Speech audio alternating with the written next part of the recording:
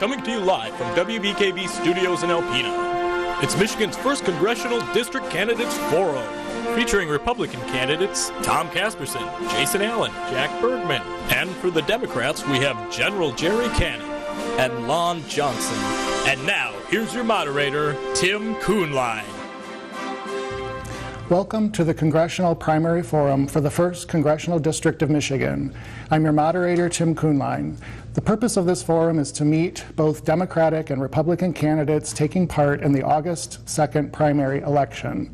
The August primary is a partisan primary. The point of this forum is to help those who choose to vote on Republican or Democratic tickets decide which of the candidates here tonight for each party should run in the general election on November 8th against one another. The Republican and Democrat elected from this panel will run against one another in the November general election. The candidate elected in the general election will then serve for 2 years as one of 435 members in the United States House of Representatives in Washington, D.C., representing we the people of the 1st Congressional District of Michigan. This evening's forum is divided into 2 segments. First, candidates will be asked a series of 5 questions based on issues posed by viewers of Channel 11 and citizens of the district, covering a range of issues relevant to the congressional district. Each candidate will be afforded no more than a 2-minute response to each question. Alpena County Clerk Bonnie Fredericks is graciously serving as timekeeper. A drawing has determined the sequence of questioning. Democratic candidates will go first, followed by Republican candidates after a brief commercial break. There will be no rebuttals nor exchanges between candidates in either segment. In closing, each candidate will be afforded a closing statement of 30 seconds. So let's begin with the first question. We'll start with Lon Johnson. A lot of people are worried about the environment. Others, not so much. The Enbridge pipeline, fracking, invasive species, freshwater supplies, the purity of our Great Lakes are examples of concerns. The question is, what are the most pressing environmental issues relative to Michigan and the 1st Congressional District in your mind, and what do you propose we do about them? Well, by far and away, it's protecting our fresh water. You know, we're home to 21% of the world's fresh water. That's a competitive advantage that we have over every other state and, frankly, over every other country. We have a duty to protect that fresh water. But also we have an opportunity to show the world how to use and protect that fresh water. I believe that we need to, number one, we need to shut down Line 5. We have a 63-year-old oil pipeline running through the Straits of Mackinac that hasn't been independently inspected. Number two, I believe that we shouldn't be fracking. You know, we have, we're using millions of gallons of our fresh water, putting it under the ground. We'll never get that water back for a set amount of natural gas. We need to discover ways to get that natural gas out, but do it without using the fresh water that they're putting down into the ground, mixing with chemicals. And third, we've got to address invasive species. You know, we here in Alpena, we have obviously a connection to the fishing industry. If we were to have fishing and tourism industry, if we were to allow invasive species to get into our waters, our economy would be forever harmed. You know, but the last but not least, what we need to do is to create a freshwater institute to show the world how to use and protect fresh water. You know, in our lifetime, fresh water will be the most valuable natural resource in the history of mankind. And we have the ability to show the world how to use and protect fresh water. If we can create a freshwater institute, we can take advantage of that and show the world how to use and protect it. The same way that Stanford University created Silicon Valley, or how Nashville aggregated country music, we can show the world how to use and protect fresh water. And by doing so, do two things. One, recreate an entirely new economy up here, and second, protect our fresh water. Thank you very much. Mr. Cannon. Well, first of all, the environment is absolutely essential to the livelihood of everybody that lives in northern Michigan, those that come to visit as well. And so finding the right balance between keeping the lights on, so to speak, and protecting our environment. We can never do anything that's going to be at the expense of the environment. So we don't want to do anything that's going to cause us to lose jobs or employment opportunities, but we need to find that right balance between economic opportunity and protecting the environment. So the environment is number one in everything that we have to do. And we have a great diverse economy here, and we have to play to our strengths. And one of them is absolutely the Great Lakes. It's one of the biggest industries that we have in northern Michigan. We've got timber, we've got agriculture, we've got tourism. And so we all love to look out our windows and see all the great water that we have, usually within a few miles of our homes, and obviously the Great Lakes as well. So if anything was to happen to the Great Lakes, and there's all kinds of issues to be concerned about, both internally and externally. For example, the agreement with Wisconsin to begin to draw water out of the Great Lakes sets a great precedent that we need to really keep an eye on, where people can draw water away from the Great Lakes. That's something that I was surprised that the governor agreed to, but it is what it is, and we just need to, that water is supposed to be coming back, fine. We need to monitor that very, very closely. But again, our environment is absolutely essential to the lifeblood of our community, our environment, our communities. We depend on it in so many different ways that has to always be the priority, protecting our water. Okay, thank you very much. The second question will go first to Mr. Cannon. There's a lot of frustration about the cost of health care in our country. Despite the efforts of the Affordable Care Act, we continue to see health care costs increase and exceed inflation year after year. The question is, what do you think Congress should or can do about the increase in costs of health care in America? Well, the first thing we cannot do is put profits over people. You know, I sit on a hospital board over in my community, Kalkaska, and the Affordable Care Act was a compromise. It did not address all the things that needed to be addressed, as usually happens in legislation. It was a compromise. It's an imperfect law. It needs to be revised, reformed, amended, whatever we need to do. But the most important thing is to make sure that we don't forego profits. We don't forego patient care over the profits of insurance companies. And you know, when I was the sheriff in Kalkaska, every year people seem to forget that insurance premiums were going up 10, 15, 20% a year. And the Affordable Care Act sort of tried to address some of that. Obviously, maybe we're back into that realm again as well. But I can tell you, sitting on the hospital board, we were losing money and with charity care. Since the Affordable Care Act, that charity care has gone down. Preventive measures have gone up. Everybody's doing much better because of that. What Congress can do is go back and revisit this law and be serious about it. And this takes probably moral courage and probably political courage to do the right thing. It's about taking care of the people first and foremost in everything that we do. In healthcare, in the industrialized world, we're the only ones that are struggling with this issue. We can get after this if we want to. It should not, it's a moral issue. It should not be a political issue. It is what it is. And I would make it a high priority for myself to make sure that we gave this the attention it deserves. Okay, thank you. Mr. Johnson. Well, specifically, we need to do three things. One, we need to address the rising costs of prescription drug care, prescription drug costs. We need to give Medicare the ability to negotiate with pharmaceutical companies. We don't allow that now. That's unacceptable, and I think we could reduce the cost of prescription drug medications if we could allow Medicare the ability to negotiate with drug companies. We allow that for other government agencies, but not Medicare. You know, we're looking at somewhere in the savings of 20 to 30%. Second, we need to simplify our administration of health care. You know, billing and administrative costs are driving up, are responsible for quite a bit of this inflation that we're seeing for the cost of health care. We've got to simplify.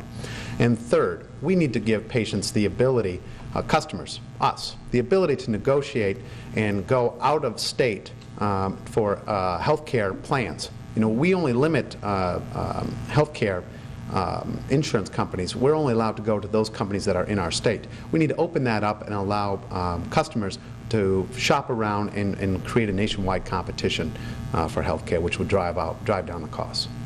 Okay, just quickly, is it fair to say then on the issue of Social Security and Medicare, if I offered you the option reform or privatize, your position would be? Well, privatization is horrible. It would devastate it would devastate Social Security. You know, we have too many politicians willing right now to risk Social Security on Wall Street schemes, and I would be absolutely opposed to privatizing Social Security. Okay, Mr. Cannon, reform or privatize?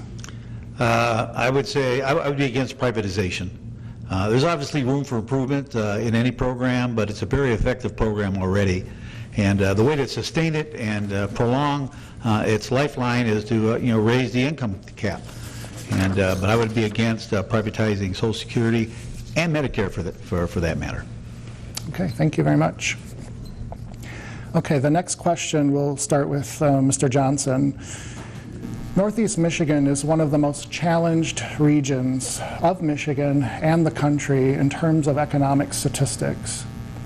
As a freshman congressman with partisan hierarchies to contend with, what do you foresee as your role in helping Northeast Michigan move ahead economically? You know, one of the largest, I think, duties of a member of Congress is to convene. You're a convening agent. You can bring together private industry, local governments, county governments, state governments, federal governments, and private, nonprofit entities to the table to create a vision for where we want to be 5, 10, and 15 years down the road. You know, we need to create a place where our families can stay and succeed. Too many of our kids and our grandkids are going downstate or out of state for jobs or for education opportunities. Specifically, that means a number of things. One, we need to return passenger rail service back to Northeast Michigan. We used these lines for decades to export lumber value. Now we need those same lines to bring people up here to spend money, tourists. Two, we need to bring high-speed internet and mobile cell phone service to all our communities. You know, we're massively moving as an economy where people can live and work wherever they choose, and we're not prepared to bring people here to have access to mobile phones and internet service. This just wasn't invented last year. The internet and mobile cell phone service, it's here to stay, and it's how people are conducting commerce, and we need to bring that here. And third, I believe that we need to create a freshwater institute to show the world how to use and protect fresh water. To show our military how to move more troops using less water. Show the agriculture industry how do you grow more product using less water. Show manufacturing how do you make more widgets using less water. And from that we can create the engineering and jobs of the future and protect our Great Lakes. And I'd like to also say something about, I'd like to compliment Governor Snyder today, who sent a letter to the congressional delegation calling on them to support the funding of another Sioux Lock. Okay, thank you. Mr. Cannon. Well, I agree that northeastern Lower Michigan is struggling, as many areas in the district are. Rural America is struggling. The entire effort seems to be in urban areas and suburban areas, and so it's a priority for us to be at the bully pulpit and to make a lot of noise about things that we want to see. I would love to see, if it's not already there, a rural caucus about issues. We all share the same concerns across the country, but the best answers aren't in Washington, and the best answers are not in Lansing, for that matter. But the federal government can be a better partner, can be an enabler. The best answers are really here at the local level, and we need to embrace innovation. We need to enable homegrown businesses, startups, some fast-growing businesses that are in the community, do the kinds of things that are going to help them be more successful, hire people to expand. We need federal policies that are going to strengthen Main Street, not so much Wall Street, Main Street. And by keeping interest rates low, so the local businesses can get started, can expand, can do all the things that we would hope that they would be able to do. Our economic engine in northern Michigan is small businesses. So that's where we got to focus. We play to our strengths. Obviously we got some great natural resources, but Main Street's where we're going to get, that's the majority of our jobs in northern Michigan. And so the federal monetary policy can create a strong economy, but good trade policy can kind of seal the deal. And that's what we need to do and bring that to northeastern Lower Michigan. Thank you very much. The next question will start with you, Mr. Cannon. This is a little bit of a different topic, probably. Michigan has been subject to gerrymandering throughout its history. Both parties are guilty of engaging in the partisanship that impacts our state and federal districting. The question is, what should or could be done to stem the tide of partisan dominance in redistricting every 10 years? Well, this is a long-standing problem, and you're absolutely right, Tim. Both sides have played this game. And of course, if you're on the losing end of that proposition, you scream the loudest. What we need to do is create, we got to take the politics out of it. And we just need to kind of create, what happens, I think the end result is that because of the gerrymandering, the party that's got the majority only worries about the primary race, and they can ignore the smaller percentage, whatever it is, 40, 45%. That's wrong. We need to listen to everybody. So if you're going to be an elected official, you need to share everybody's interest and concern. And so we need to create a separate entity, and this has been done elsewhere in the country, that it's not political, it's fair. How to make these districts as equal as you possibly can. Understanding that in some areas it's just not going to work, but in many others you can. The majority of the people in Michigan voted Democratic, but our congressional delegation doesn't reflect that. And so trying to be very progressive in this idea of trying to make sure that everybody has equal and fair representation, that their voice will be heard, that their representative is interested in their concerns, and we'll seek that out and to try to represent the best interest of everybody. And it's not necessarily going to be a simple deal, but creating a separate body that would do the demographics after the census and try to make these districts as equal as possible and avoid these spaghetti districts that meander all over the place where people have absolutely nothing in common. Okay, thank you. Mr. Johnson. I think very simply we got to get the politicians out of the business of drawing their own lines. They are choosing their own constituents instead of constituents choosing which lines that they want to be associated with. It is, I think, is in large part responsible for the partisan bickering that we've seen in Washington and in Lansing. You know, when you have lines that have been drawn to favor one party or the other, routinely what you're having is politicians that are going to Lansing or Washington and they're disincentivized from cooperating, and that's the only way we're going to get anything done in either Lansing or Washington is to redraw these lines and have an independent body do so. That's not partisan. Also we need to get rid of campaign. We've got to get rid of corporate money in politics. We've got to end this Citizens United decision that allowed corporations to pour billions of dollars unreported into our political system. That's why I'm proud to have the endorsement of End Citizens United, an organization that's dedicated to that. Okay, thank you. Just quickly with the time that we have in this segment, any thoughts on term limits for U.S. Congress? Let's start with you, Mr. Johnson. Well, we have term limits. Those occur every 2 years in election. We were served very well here for 18 years by Congressman Stupak, and as he served longer in Washington, so did his ability to get things done and deliver for this district. I'm proud to have his support and his endorsement in this election. Okay, Mr. Cannon, term limits? Well, I agree that we do have term limits, and the moment that a person goes to Washington and starts thinking about how they can stay there, they've already lost their way. I think you go there, you do the right things for the right reasons, and people will keep you. And if they don't keep you, that's fine. You go home with a clear conscience that you did the best you could. And so I would be against term limits per se. Okay, thank you. This will be the last formal question, and depending on the timing, we may have a few more. And the question will start with Mr. Johnson. Regardless of a Clinton or Trump presidency, what role does Congress have with regard to foreign policy, and what policy agendas do you think are most important to your constituents? Well, number one, in terms of foreign policy, I think our Congress has an enormous responsibility to review our foreign policy and to make, depending on obviously which branch, the Senate or the House, but to help make policy with the executive on foreign policy via legislation and appropriation. As someone who was in Iraq in 2005, I came home in 2006 as a civilian. I saw firsthand the problems that we face fighting terrorism and in the Middle East. I believe that a member of Congress should be knowledgeable about that and should speak up. As far as the responsibility for a member of Congress to their district.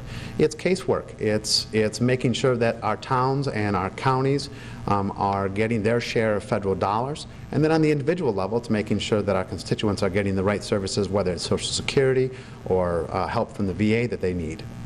On the foreign policy issue, there's often a struggle over the issue of the Alpena Combat Readiness Training Center and keeping it open among the other 4 training bases of the Air National Guard. Would you consider saving Alpena's air base at the expense of the other 3 if necessary?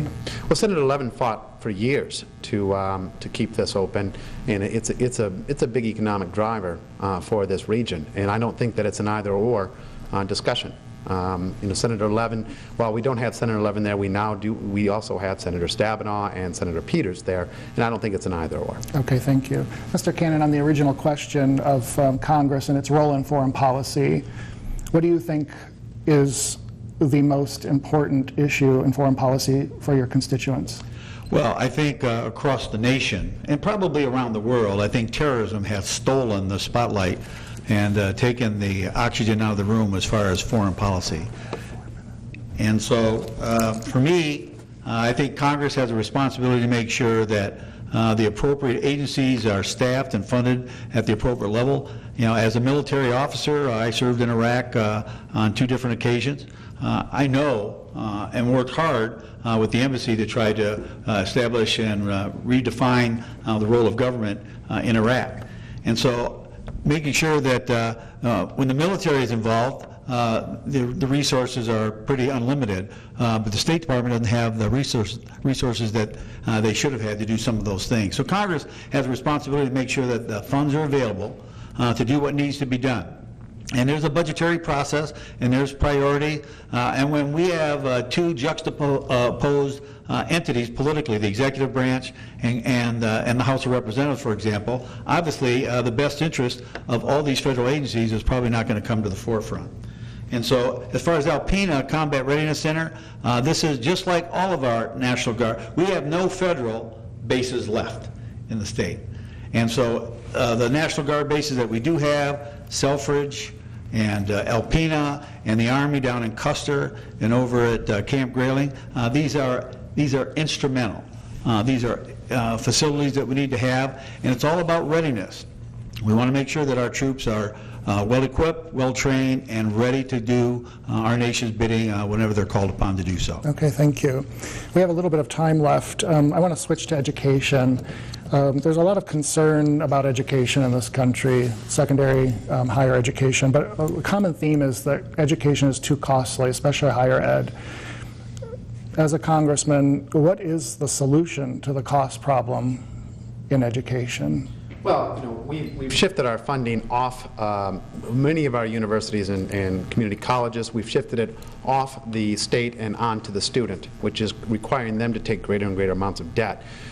We need to increase our funding of higher education, number 1. Number 2, we need to help these students with their debt level.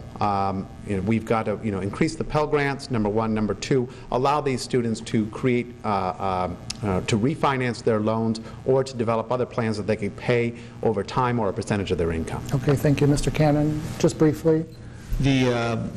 I think one of the things we got to make sure that we take advantage of is that in high school we got to start talking about everybody doesn't need to go to a 4-year college. Almost everybody doesn't want to. So we got great community colleges that we need to encourage people to take advantage of. That small degree can help offset the cost of the larger degree. But I also feel that a lot of the burden is on the states.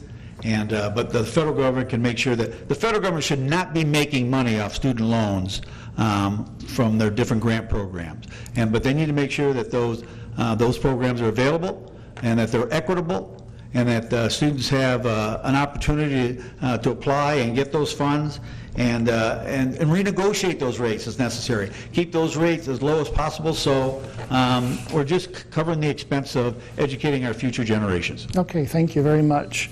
Mr. Johnson, we'll start 30 seconds for a closing statement. Well, Washington's lost its way. Our Congress is too often fighting for the wealthy and the well-connected, and the results are disastrous for our country. We're seeing corporations that are moving our jobs overseas. We're seeing politicians risking our Social Security on Wall Street.